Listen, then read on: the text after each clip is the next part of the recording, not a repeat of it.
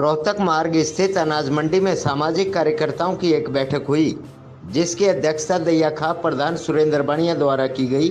सामाजिक कार्यकर्ता एवं अधिवक्ता रमेश दलाल ने दहियाखाप से आग्रह किया कि दहियाखाप के नेतृत्व में सरवखाप पंचायत आयोजित की जाए और उसमें 3 प्रस्ताव पारित किए जाएं। प्रस्तावित प्रस्ताव की चर्चा करते हुए उन्होंने कहा कि पहला प्रस्ताव यह हो कि समाज का कोई व्यक्ति एक दूसरे की आलोचना न करे। दूसरा प्रस्ताव यह हो कि जाट आरक्षण आंदोलन की बदौलत जो युवक जेलों में बंद है उन्हें छुड़ाने का हर संभव प्रयास किया जाए, साथ ही प्रताड़ित परिवारों को आर्थिक मदद दी जाए। जबकि तीसरा यह प्रस्ताव पारित किया जाए कि सरकार से जो वार्ता हो उसमें सरकार की तरफ से व्यक्ति विशेष को आमंत्रित करने की बजाय समाज को आमंत्रित किया जाए और समाज ही यह तय करे कि वार्ता का प्रतिनिधित्व कौन करेगा। दहियाखाप प्रधान सुरेंद्र बानिया ने सामाजिक कार्यकर्ताओं को आश्वासन दिया कि वे खाप के विभिन्न तपों के प्रधानों से सलाह मशवरा करके जल्दी ही सरवखाप पंचायत को आयोजित कराएंगे।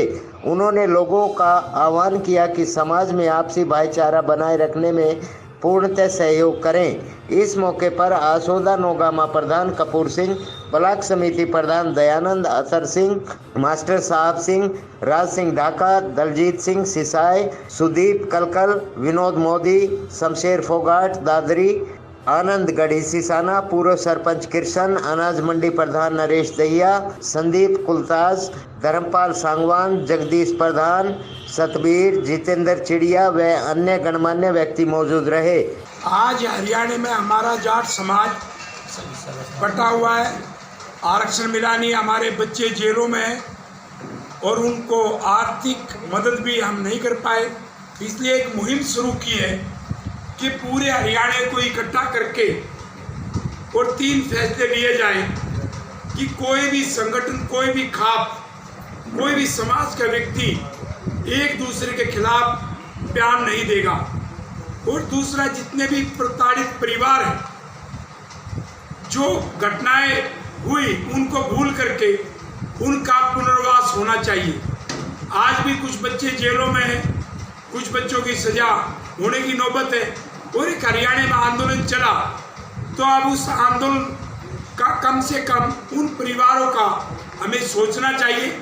और तीसरा जो मुद्दा है कि सरकार हमें 2 फाड़ करती है, इसलिए सरकार की 2 फाड़ को रोकने के लिए पूरे हरियाणा की पंचायत होकर के ये तय हो जाए कि किन किन लोगों को सरकार बात करे।